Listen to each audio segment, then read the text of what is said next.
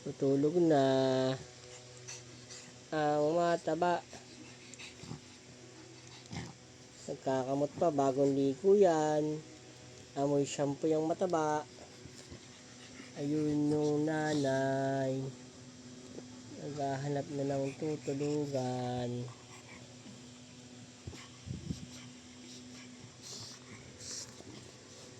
Bo,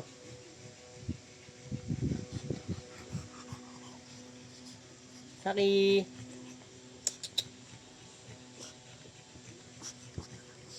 Kakamot oh, bagong ligo na, nagkakamot pa.